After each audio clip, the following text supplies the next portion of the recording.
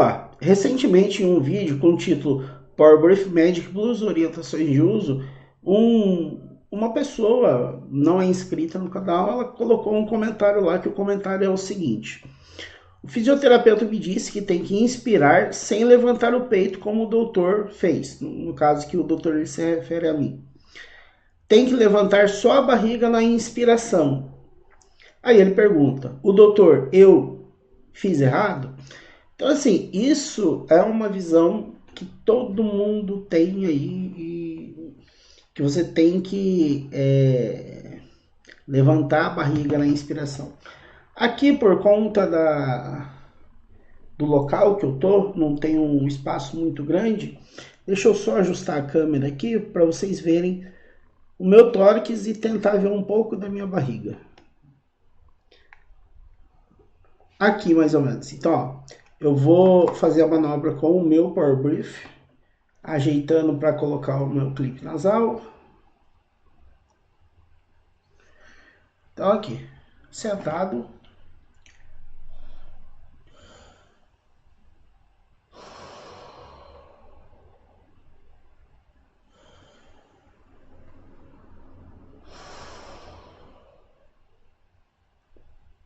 Isso daqui é uma das formas que eu faço, tá?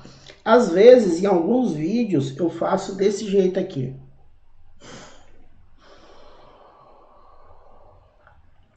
Mas eu tô deixando um outro vídeo reservado para explicar isso.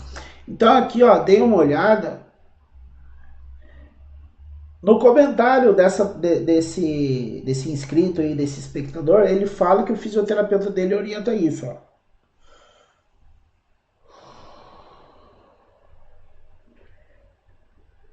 Agora dá uma olhada.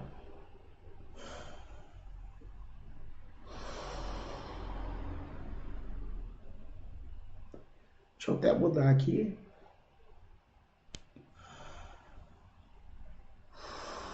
E o meu pescoço não tem contração, tá? Agora, a gente vai conversar sobre isso, tá? Sobre esse posicionamento, se expande a barriga ou se não expande, tá bem? Deixa eu ajeitar de volta a câmera. Então, assim, é muito comum, seja aqui no YouTube ou na minha vida profissional, no dia a dia, pessoas entrarem em contato. Eu quero aprender a respirar, como respira? Eu vou trazer isso para vocês, isso vai ser só um vídeo de outros que eu vou fazer. Eu vou justificar isso em cima do que a gente tem em um livro chamado Fisiologia Articular de Capandi, volume 3, tá? Que para mim é o melhor livro de biomecânica, é o melhor. Então vamos dar uma olhada. Esse daqui é o PDF do livro, né? De uma parte do livro que já faz tempo que eu fiz esse PDF. Então aqui, fisiopatologia respiratória, os tipos respiratórios. Então aqui, ó, bem aqui onde eu estou passando o mouse, a mecânica ventilatória pode ser modificada em grande medida com posição do corpo, tá? Então ele fala que a biomecânica, o movimento respiratório pode ser modificado em grande medida ou em grande parte de acordo com a posição do corpo. Então aqui ele fala que de barriga para cima, vamos dar uma lida aqui, ó, em decúbito supino, para você entender de barriga para cima. A massa das vísceras desloca o diafragma para cima, a inspiração é mais difícil. É o que você sente quando dorme, principalmente aqueles pacientes que têm apneia obstrutiva do sono. A inspiração é mais difícil, o volume corrente é menor e é deslocado para a parte superior do gráfico. Então, é um gráfico que ele está mostrando mais abaixo, em detrimento do volume expiratório de reserva. Esta situação ocorre no percurso das anestesias, tá? A dificuldade que ele fala do médico anestesista. Mas essa posição aqui, essa dinâmica das vísceras é algo bem importante para a gente entender a mecânica ventilatória.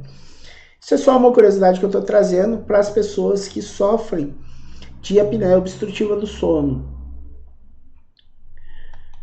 Mas aqui, em tese, quanto maior sua força diafragmática, sua força de contração, menos você vai ter essa dificuldade no sono, tá joia? Agora, continuando. Então, daí mais lá embaixo, aqui. A mecânica ventilatória é diferente segundo idade e sexo. Na mulher, a respiração é do tipo costal superior. A amplitude máxima se localiza na parte superior do tórax. Estão entendendo? Então, pessoas do sexo feminino têm uma amplitude mais visível na parte superior do tórax, diferente de pessoas do sexo masculino, que é o que a gente vai ver agora. Então, o sexo feminino a gente consegue ver essa parte expandindo mais.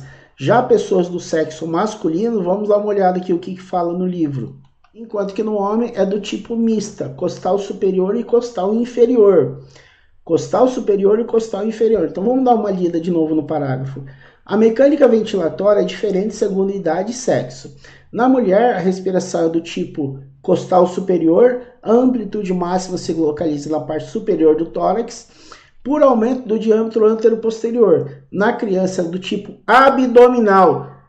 Na criança, e somente na criança é do tipo abdominal. Então, essa situação, eu tenho que expandir a minha barriga na inspiração, isso não existe, tá? Não sou eu que estou falando.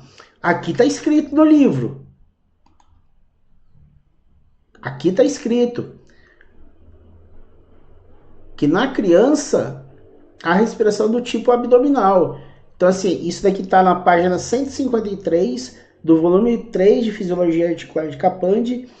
Eu não lembro que edição que é essa, tá? Mas uma outra edição, se você for ver em uma edição mais recente, vai estar em torno da página 150. Pouco provável que ela esteja diferente. Teve acho que ele é inscrito ainda aqui no canal, então eu comentei do Capandi em um livro, e daí ele até me mandou mensagem, falou, ó, aquele livro que você falou não existe o que eu falei.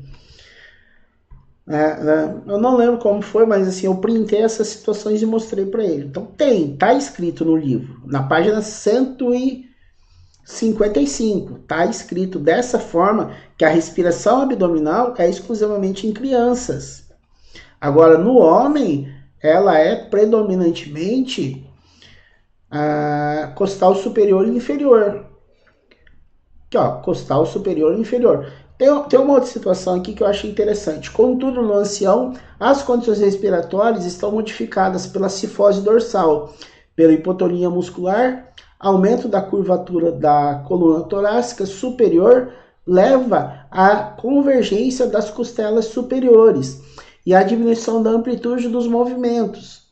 Deste modo, o lobo superior dos pulmões carece praticamente de ventilação e a respiração adota o tipo costal inferior e, inclusive, abdominal, que é o que ele coloca aqui, ó.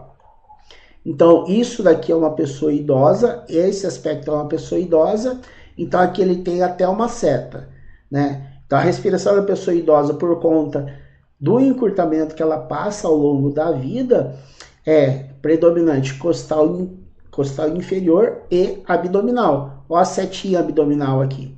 Já na criança, aqui onde eu estou passando o mouse, olha a setinha aqui. Abdominal, mulher. Predominantemente apical, homem. Apical, torácica superior e inferior. Outro aspecto é quando a gente está falando da respiração, do movimento respiratório, é que o movimento respiratório ele muda em função da posição, que é o que ele fala naquele parágrafo mais acima que eu não li todo, né? Então aqui ele está falando de como é a respiração em decúbito supino, de barriga para cima, como que é a respiração em decúbito lateral e como que é a respiração em decúbito supino e decúbito lateral.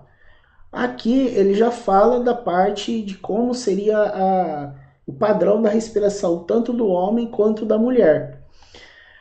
No caso, se uma pessoa do sexo masculino ou uma pessoa do sexo feminino ficar deitada de barriga para cima, a respiração ela passa a ser abdominal. Isso não significa que está correto.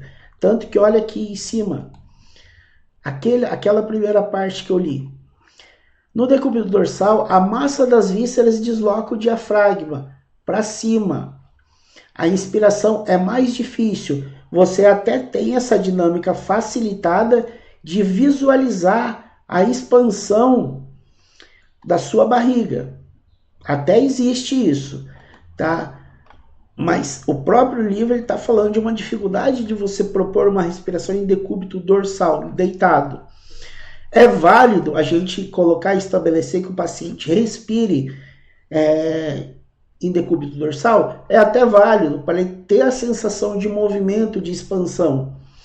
Mas a gente adotar isso como algo certo no cotidiano, acabei de ler para vocês que não. Ah, mas por que tal pessoa fala que tem que estufar, expandir a barriga? Na verdade, o que acontece, pelos músculos abdominais serem antagonistas do diafragma, na hora da inspiração o diafragma está contraindo e os músculos abdominais, eles têm um relaxamento. Então, quer queira, quer não, ele tem uma certa expansão. A barriga, ela fica mais flácida e ela expande um pouco. Não que você tenha que adotar isso na sua rotina. Se o colega fisioterapeuta adotou isso como estratégia no tratamento, eu não posso falar que ele está errado. A estratégia dele, eu não faria na minha conduta. Na minha conduta eu não faria. E outro aspecto, para você entender bem esse aspecto de eu não sei respirar, eu preciso aprender a respirar. Dê uma olhada nessa figura aqui, que é uma figura que está mais abaixo, que é essa daqui, tá? Que é da pessoa idosa. Então, essa daqui é uma pessoa idosa. Então, olha a curvatura que ela tem da coluna. Então, aqui, o próprio Capandi fala as implicações de uma cifose. Então, contudo, no ancião, as condições respiratórias ou de movimentos respiratórios estão modificadas pela cifose dorsal. Isso daqui, ó, pessoas cifóticas, elas vão ter uma respiração predominantemente abdominal ou costal inferior. Mas isso não significa que elas estão certas. Não significa que elas estão certas. Se você vê uma pessoa com uma postura cifótica, com esse padrão respiratório, isso é proveniente da postura cifótica dela. Estão entendendo? Então, ter uma postura cifótica implica em um nível de encurtamento muscular que isso traz alteração na dinâmica do movimento respiratório. Então, uma coisa é você ter cifose, entender o movimento respiratório na cifose, mas não significa que respirando daquele jeito você está certo. Outra coisa é você entender como é o movimento respiratório, paciente em pé, paciente sentado ou paciente deitado. Quando eu falo paciente, eu estou falando do atleta também, tá? Existem essas questões.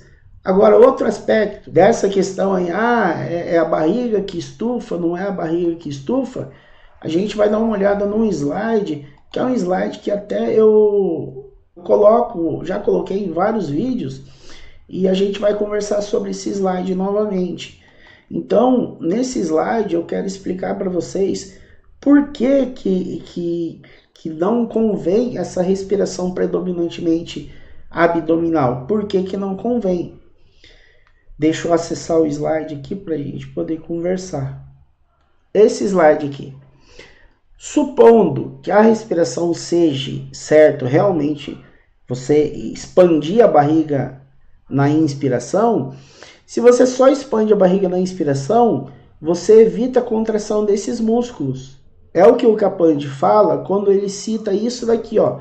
Contudo, nas condições respiratórias, no ancião, as condições respiratórias estão modificadas pela cifose dorsal e pela hipotonia muscular. O aumento da curvatura da coluna torácica superior leva à convergência das costelas. Então, a pessoa idosa, por causa disso, ela tem uma deficiência ali na ventilação em ápice. Se a gente começa a adotar essa conduta de uma respiração predominantemente abdominal, essas costelas aqui, essas regiões do pulmão do paciente, elas terão dificuldade de expansão. Tendo elas essa dificuldade de expansão, convém você aplicar uma técnica de respiração, seja com Power Breath ou sem, incentivando a pessoa a expandir a barriga? Convém? Deixa aí nos comentários a sua opinião, tá? Haverá mais vídeos sobre essa temática. Aqui no card final desse vídeo, eu vou deixar duas sugestões. Uma sugestão vai ser do vídeo que originou a dúvida, né? Então, o título do vídeo é PowerBrief Plus Basic, orientações de uso, e deixarei também uma playlist sobre o PowerBrief, tá certo? Convido vocês a conhecer o site Treinamento Respiratório, onde você não adquire apenas o PowerBrief ou Respiron, mas você pode adquirir outros produtos da área da saúde, como por exemplo inaladores, nebulizadores e aparelhos de pressão. Convido você também a conhecer o nosso material na Hotmart. Tudo isso vai estar no link na descrição desse vídeo e eu vou deixar no primeiro comentário fixado, certo? Então um abraço e até o próximo vídeo.